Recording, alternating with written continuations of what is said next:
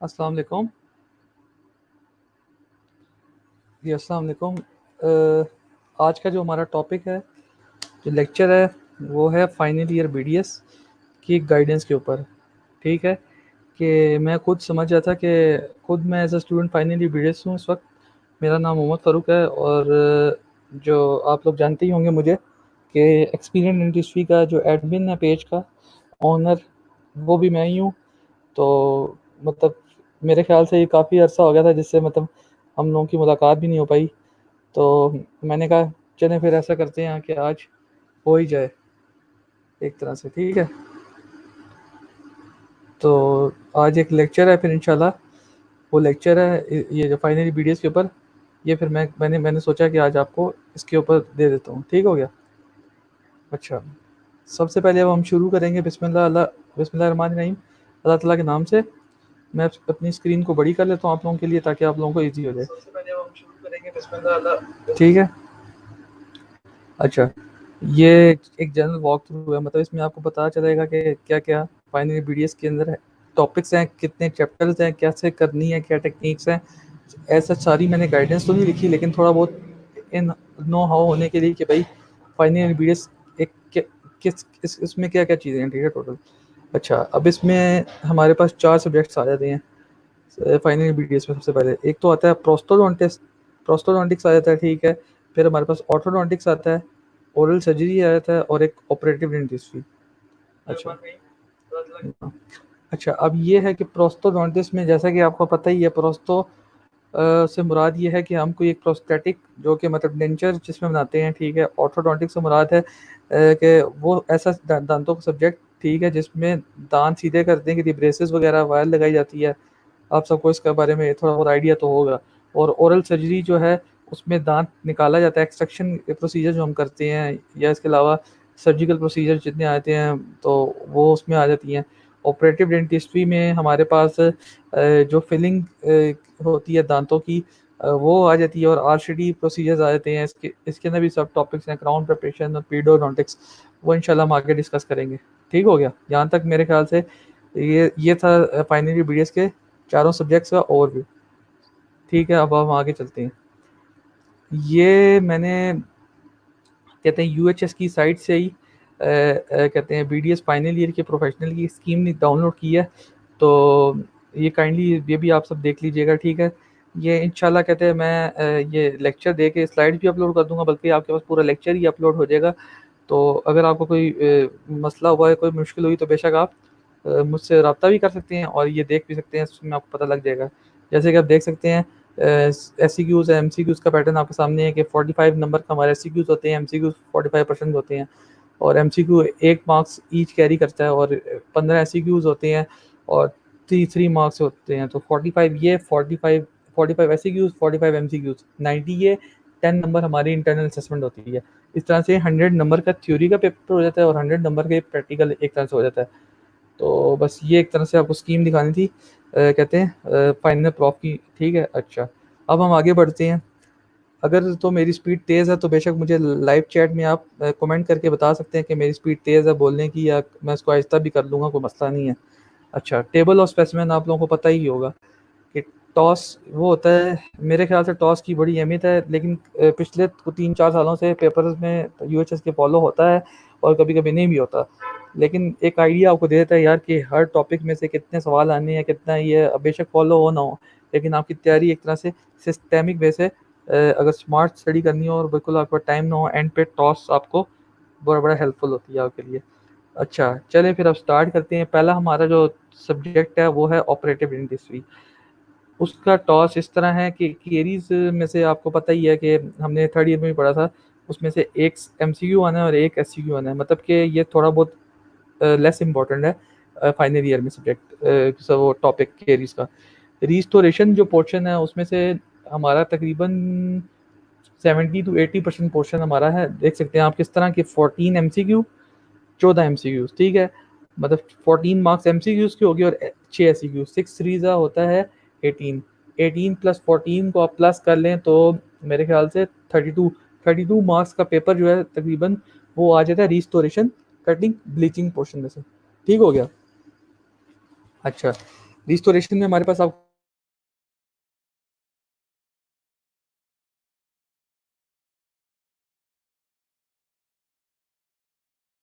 होंगे, ठीक हो गया। बस ये देख सकते हैं कि ये जो है इसमें से ना मतलब ये चीज़ें इसमें कवर हो जाती हैं। अच्छा, इसके अलावा क्लिनिकल डेंटल मटेरियल्स, ये हम सेकेंड ईयर बीडीएस का हमारा सब्जेक्ट है। हम लोग पढ़ के भी आए हैं। इसमें से अब 3 एमसीक्यू आते हैं और 1 एससीक्यू। तो ये भी थोड़ा बहुत आसान ही होता है। तो वैसे तो ये कवर नहीं होता, करवा देते हैं क्योंकि हम थर्ड ईयर में हम सेकेंड ईयर में बकायदा पढ़ के आते हैं। लेकिन ये भी मतलब एक तरह से लेस इंपॉर्टेंट है, इतना ज़्यादा नहीं है, हो ही जाता है। अच्छा, फिर क्राउन ऑन ब्रिज पे हम मूव करते हैं। क्राउन ऑन ब्रिज का ये सीन है कि क्राउन ऑन ब्रिज के लिए कहते हैं ये भी, इसका भी पोर्शन अच्छा खासा है। मतलब हम तो प्रिपरेशन करते हैं तो उसके लिए बाकायदा क्राउन की प्रिपरेशन करते हैं। और इसके अलावा ब्रिज जो हम लगाते हैं, आपको पता ही होगा, जिसमें दांत हमारे गायब होते हैं, ठीक है। तो हमें ब्रिज की प्रिपरेशन फिर करनी पड़ती है कि 2 दांतों, साथ वाले दांतों से सपोर्ट लगा के एक अबटमेंट टूथ बीच में हम वो लगा लेते हैं, ठीक हो गया। अब इसमें से भी हमारे पास 11 नंबर के एमसीक्यू, मतलब 11 नंबर का ये और 3 नंबर एससीक्यूज, 3 एससीक्यूज, तो 3 6 18, इसमें भी ये भी हमारे पास तकरीबन बन जाता है 30 नंबर का पेपर। इसमें से कुछ इस तरह से 30, सॉरी, हाँ, 11 और 3, हाँ ठीक है, इसी तरह बन जाता है।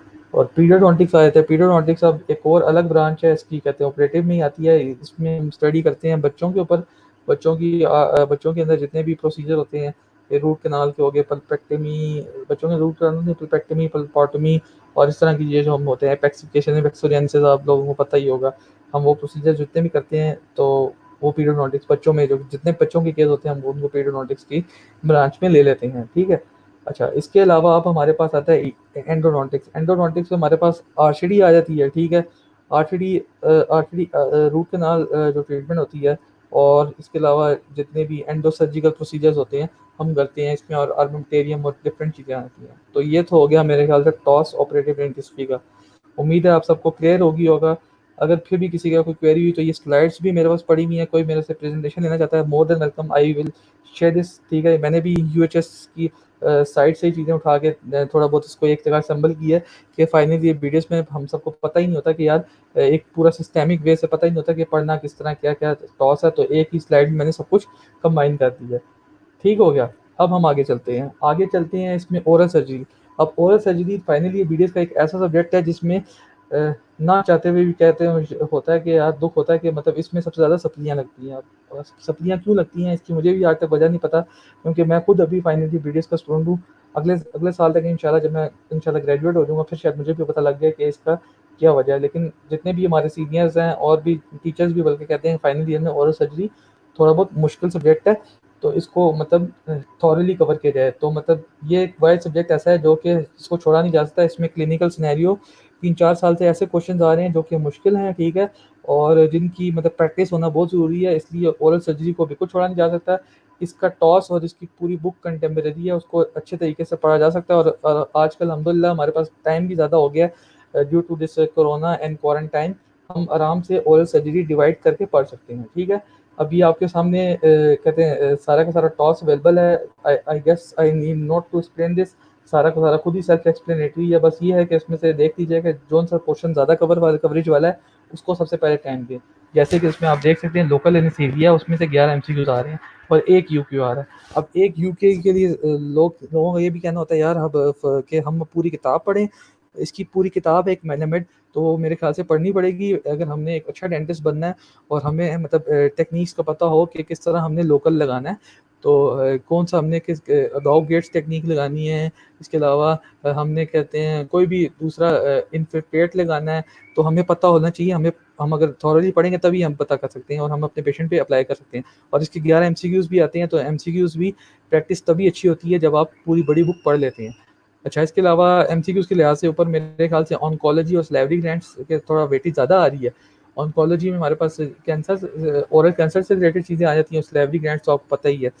बस यही है, देख लीजिएगा। इसमें बाकी 3-3, 2-2 एमसीक्यूज़ के है। मैनेजमेंट ऑफ मेंटली कॉम्प्रोमाइज़्ड पेशेंट है, इसका भी फर्स्ट और सेकंड चैप्टर है हमारे पास बनता है फाइनल ईयर उसमें ना कंटेम्प्रेरी में, तो ये भी एक दफ़ा देख लीजिएगा, ठीक हो गया। आगे मूव करते हैं ऑर्थोडोंटिक्स। अब ऑर्थोडोंटिक्स पे आ जाते हैं। ऑर्थोडोंटिक्स आपको जैसे कि पता है ये बिल्कुल एक नई चीज़ है, मतलब कि फाइनल ईयर बीडीएस में जो सब्जेक्ट है ना, वो वो जो है उनमें इससे पहले हमने कुछ ना कुछ सारों के बेसिक्स पढ़ी हुई है, लेकिन ऑर्थोडोंटिक एक नई चीज़ है। जिस तरह हम फर्स्ट ईयर में जब आए थे तो ओरल बायोलॉजी हमारे लिए एक नई चीज़ थी, बिल्कुल इसी तरह ऑर्थोडोंटिक एक नई चीज़ है। अब ऑर्थो से क्या मुराद है, डोंटिक? पहले तो मैं बताऊँ, ऑर्थो मीन्स है दांत को सीधा करना, डोंटिक मतलब दांतों से मुराद, ठीक है। अच्छा, अब ऑर्थो में हम हमारे पास यही आ जाती हैं, ये चीज़ें आ जाती हैं हमारे पास, ब्रैकेट्स आ जाती हैं, वायर्स आ जाती हैं, ब्रेसेस वाली, जो हम दांत सीधा करने को जिसे कहते हैं, ठीक है। अच्छा, अब मैं इसकी ये भी इसका भी तकरीबन टॉस जो सेल्फ एक्सप्लेनेटरी है, मुझे किसी एक्सप्लेन करने की ज़रूरत नहीं, बस ये है कि देख लें कि जो वेटेज वाइज सबसे ज़्यादा इंपॉर्टेंट टॉपिक है, जैसे माल ऑक्लूजन, कि आप देख सकते हैं कि 7 एमसीक्यू उसमें से आते हैं, कि इसका मतलब है माल ऑक्लूजन इंपॉर्टेंट है, ठीक है। क्या क्लास 1, क्या क्लास 2, क्लास 3, ठीक हो गया। इसके अलावा हमारे पास डायग्नोस्टिक एंड ट्रीटमेंट प्लानिंग है, वो भी इंपॉर्टेंट है, उसमें से भी 5 एमसीक्यूज आ जाते हैं। तकरीबन सारे इंपॉर्टेंट है, इसमें कोई चीज़ ऐसे छोड़ने वाली नहीं है, लेकिन यह है कि एक दफ़ा देख लीजिएगा, आप लोगों को भी आसानी हो जाएगी, ठीक हो गया ये। अच्छा, अब आगे मूव करते हैं।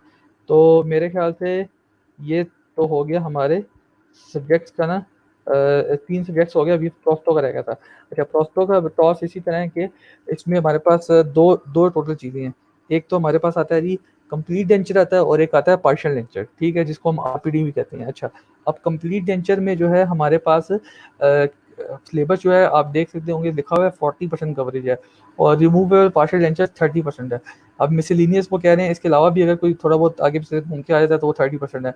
तो मेजॉरिटी ऑफ द पोर्शन हमारा कंप्लीट डेंचर है, और साथ ही रिमूवेबल पार्शियल डेंचर, तो इस दोनों को कवर करना है। दोनों इंपॉर्टेंट है, 100 मार्क्स का ये इंपॉर्टेंट पेपर है।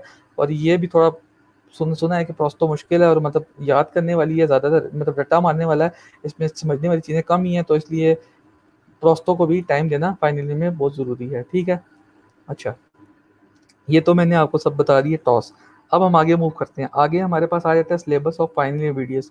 अब फाइनल ईयर बीडीएस का जो ये सिलेबस है, यूनिवर्सिटी ऑफ हेल्थ साइंसेज ने दिया है, यूएचएस ने, वो उनकी साइट पे भी अवेलेबल है, मैंने भी यहाँ पे अपनी स्लाइड में डाल दी, आप देख सकते हैं।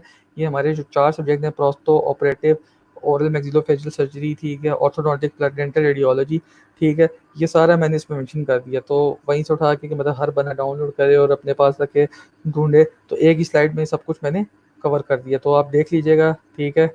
ये साथ-साथ इसकी रिकमेंडेड बुक्स भी लिखी हैं कि कौन-कौन सी बुक पढ़नी है। वैसे तो इसके लिए वाउचर है, हमें, और साथ ही वाउचर रेफ़र करते हैं, ठीक है, कि वाउचर ही पढ़नी है, उसमें से एमसीक्यूज़ आ जाते हैं, ठीक है, ज़्यादातर। और यही सा ये बिल्कुल ऐसा ही सीन है इसके लिए भी ना, क्या नाम है, इसके अलावा मैक्रैकन है आरपीडी के लिए, ठीक है, तो देख लीजिएगा, आपको आसानी हो जाएगी।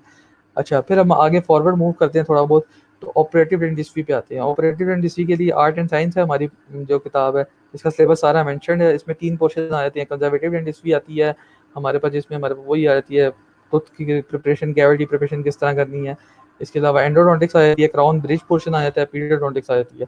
तो ये सारा रिकमेंडेड बुक्स वगैरह सब कुछ इसके टॉपिक्स लिखे हुए हैं, तो आप काइंडली ये भी देख लीजिएगा, तो हेल्पफुल हो जाएगा, ठीक हो गया। अच्छा, अल्हम्दुलिल्लाह। अच्छा, आगे हम मूव करते हैं। अब हम आते हैं ओरल मैक्सिलोफेशियल सर्जरी पे। इसके भी सारे टॉपिक्स मेंशन है, कि ये सारे आप देख सकते हैं, लोकल एनेस्थीसिया, ये वो इम्पैक्टेड, कहते हैं कस्पिड विज़न, तो जॉ असिस्ट वगैरह, तो ये भी आप देख लीजिएगा, ठीक है, सारा मैंने एक ही स्लाइड में कवर कर दिया, ठीक है। अच्छा, आगे मूव करते हैं। अब आता है ओरल मैक्सिलोफेशियल ट्रॉमा। ट्रॉमा भी है थोड़ा बहुत, इसमें हमारे पास मैक्सिलोफेशियल इंजरीज जितनी होती हैं, रोड साइड एक्सीडेंट होते हैं, हमारे पास वो आ जाती चीज़ें, ठीक है, तो काइंडली इसको भी देख लीजिएगा, तो ये भी फ़ायदा हो जाएगा। अच्छा, ठीक, ठीक। तो सारी बुक्स इसके नीचे लिखी हुई है, रिकमेंडेड बुक्स लिखा है, कौन-कौन सी हमें बुक्स पढ़नी चाहिए, ठीक हो गया। अच्छा, अब हम आगे मूव करते हैं। आगे फिर ऑर्थोडोंटिक का सिलेबस आ जाता है, वो भी सारी चीज़ें इसमें टॉपिक्स लिखे हुए हैं, ये एक ही स्लाइड में है। तो ये मेरे ख्याल से सबके लिए बेहतर हो जाएगा कि आगे पीछे ढूँढने से बजाय एक ही स्लाइड में सारा सब कुछ मिल जाए हमें, ठीक है? सही हो गया, टॉपिक से नाम लिखे हुए हैं, आप देख सकते हैं। आगे मैं मूव करता हूँ, I will just be skimming through it, ठीक है, तेज़ी में। ठीक है, ये सारी बातें होगी। अच्छा, ये तो सारा सिलेबस भी हो गया। अब बीडी, अच्छा, एक सिलेबस एक अलग चीज़ है, सर्कुलम एक अलग चीज़ है। सर्कुलम जो है पीएमडीसी और हमारे एचईसी हायर एजुकेशन इस्लामाबाद की तरफ से एक हर कॉलेज वालों को, मतलब सारे डेंटल कॉलेजेस को सर्कुलम दिया जाता है कि आपने ये चीज़ें पढ़ानी है फाइनल बीडीएस को। सिलेबस तो था यूएचएस वालों का, जो कि जिससे हमारा पेपर बना है। सर्कुलम में ये चीज़ें आ जाती हैं, तो सर्कुलम भी कुछ काफ़ी लोगों को सर्कुलम का नहीं पता होता, लेकिन सर्कुलम इज़ वेरी इंपॉर्टेंट थिंग। ये चीज़ें हमारे मतलब हर उसमें ना, कहते हैं एकेडमिक ईयर में ये चीज़ें कवर करना हमारे कॉलेज का पास भी बनता है, और हमें भी करनी चाहिए, ठीक है। तो ये आप देख लीजिएगा, ठीक है। इन केस अगर कोई टॉपिक मिस हो गया तो आप अब खुद भी अपने टीचर्स और अपने कॉलेज वालों को इन्फॉर्म कर सकते हैं कि ये टीचर्स ये टॉपिक हमने नहीं किया, तो आप करा दें, और ये हमें खुद भी करना आना चाहिए, क्योंकि you never know when the pattern can be change and कहीं भी आगे पीछे से सवाल को थोड़ा घूम के आ जाता है, इन्हीं टॉपिक से आता है, तो फिर हम कह रहे होते हैं यार आउट ऑफ द सिलेबस सवाल है, हमने तो पढ़ा नहीं है वो। तो अच्छा ये है कि सर्कुलम भी एक दफ़ा देख लिया जाए। ठीक हो गया। अब हम आगे मूव करते हैं। ये मैंने सारा मतलब सर्कुलम के जितने भी थे, जेरोंटोलॉजी और जनरेशन टाइप, सारों की बुक्स रिकमेंडेड भी लिखी हुई है सारी की सारी, ये हमारे पास आ गई। ठीक है, ऑपरेटिव का भी इसी तरह सारा का सारा लिखा आ गया आपके पास। ठीक है, आप देख सकते हैं ये क्राउन, ठीक है, इनकी बुक्स और एम एक्सफेशियल सर्जरी, ये वो सब कुछ, ऑर्थोडोंटिक्स भी आ गई। ठीक है, ये जी हमारे पास तकरीबन सारा इस तरह से कवर हो गया। अच्छा, अब हम आते हैं ऑस्पी फॉर्मेट से। कहते हैं कि ऑस्पी आपको पता है कि फाइनल ईयर बीडीएस में बीडीए वैसे ही बीडीएस में दो चीज़ें होती हैं, एक होता है थ्योरी, एक होता है प्रैक्टिकल वाइवा पोर्शन। थ्योरी तो हमने सारा जितना भी था मैंने कवर कर दिया आपके सामने कि उसमें ये चीज़ें थी। अब हमारे पास आता है ऑस्पी का फॉर्मेट बीडीएस के लिए। उसमें हमारे पास एक तो होती है प्रैक्टिकल पोर्शन आता है, एक ऑस्पी पोर्शन आता है और एक वाइवा पोर्शन आता है, जो कि हमें एक्सटर्नल या इंटरनल दोनों के पास सामने देना पड़ता है। ऑस्पी में हमारे पास स्टेशन होते हैं, हमने उन चीज़ों पे रखी हुई चीज़ों को एग्जामिन करना होता है, देखना होता है, डायग्नोज करना होता है, लिख के आना होता है, उसके भी कोई 30-40 नंबर होते हैं। इसी तरह एक्सटर्नल और इंटरनल के 25-25 नंबर कुछ इस तरह से होते हैं, पैटर्न होंगे। अगर I will share in practical portion, अगर कोई परफॉर्म करना है, जिस तरह के कोई कैविटी बना दी क्लास 2 की, या फिर दांत वो तार वगैरह मतलब ब्रेसेस वगैरह सेट करने हैं कोई भी, तो कुछ बनाना पड़ गया, तो वो सारा कुछ इसमें। ठीक है, ये देख लें आप, प्रोस्तो के ऊपर भी लिखा हुआ है और इसी तरह सिमिलरली ऑर्थो का भी लिखा हुआ है, सब कुछ मेंशन है स्लाइड में। ये आप सबको चीज़ें मिल भी जाएंगी। ठीक है,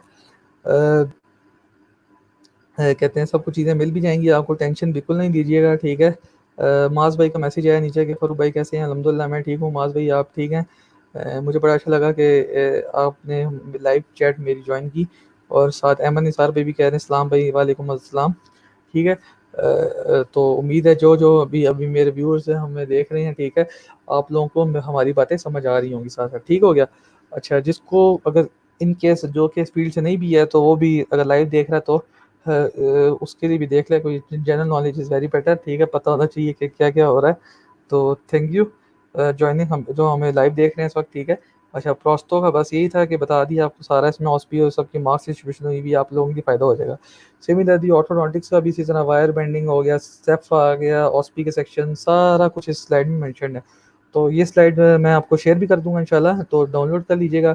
कोशिश करूंगा इसको मैं अपलोड करके स्लाइड्स वाले सेक्शन में, तो मैं ना इसका लिंक नीचे डाल दूँगा। ठीक हो गया, थैंक यू। और एक ऑपरेटिव का भी रह गया था, ऑपरेटिव का भी इसमें देख लें कि इसमें भी एक एवडी बनाने के लिए आती है। ठीक हो गया। बाकी बस यही है कि अल्हम्दुलिल्लाह यही था सब कुछ। आज की मेरी प्रेजेंटेशन यहीं पे ख़त्म होती है। ठीक है, तो थैंक यू वेरी मच। अगर तो किसी का कोई सवाल है तो he she can ask from me. ठीक है, बाकी ये है कि बस मैंने जो आज का इंशाल्लाह आपको आपके साथ जो मेरा लेक्चर का सेशन था वो कंप्लीट होता है, तो इंशाल्लाह ज़िंदगी रही तो इंशाल्लाह फिर आपके साथ फिर मुलाकात होगी। ठीक हो गया। तब तक के लिए अपने आप को सेफ रखिए। कोरोना के केसेस बढ़ रहे हैं। ठीक है, और आप लोग जानते ही हैं कि अपनी हिफाजत करना कितना ज़रूरी है। ओरल हाइजीनिक मेजर्स सारों को ओरल ओरल हाइजीनिक मेजर्स का ख्याल रखिए। ठीक है, और खुश रहें हमेशा। जो है कहते हैं अपने बड़ों की रिस्पेक्ट करें। मेरा आज के लिए यही मैसेज है कि ज़्यादा से ज़्यादा अस्तगफिरुल्लाह करें। ठीक है, और हमसे जो गलतियाँ होंगी हैं उन पे अल्लाह ताला के सामने माफ़ी मांगें। ठीक है, तो उम्मीद है ये लेक्चर पसंद आया होगा। ठीक है, जिसकी जो भी क्वेरी हुई, मेरा व्हाट्सएप भी आपके सामने है, पास है, नंबर होगा। ठीक है, इसके अलावा फेसबुक पे भी मैं मोहम्मद फ़ारूक के नाम से कहते हैं हूँ प्रेजेंट। आप मेरी प्रोफाइल सर्च कर सकते हैं। ठीक है, एक्सपीरियंस इंडस्ट्री के नाम से मेरा पेज है, आप उसको देख सकते हैं। मेरा यूट्यूब चैनल जिसको आप फॉलो जो सब्सक्राइब करें उनके पास तो वीडियो जा रही है, जो नहीं कर रहे वो भी सब्सक्राइब कर दीजिएगा। Thank you very much for watching. इसी के साथ मैं कहते हैं इख्तिताम दूंगा, इजाज़त मांगूंगा। अस्सलाम वालेकुम, खुदा हाफिज़। ठीक हो गया। पाकिस्तान जिंदाबाद।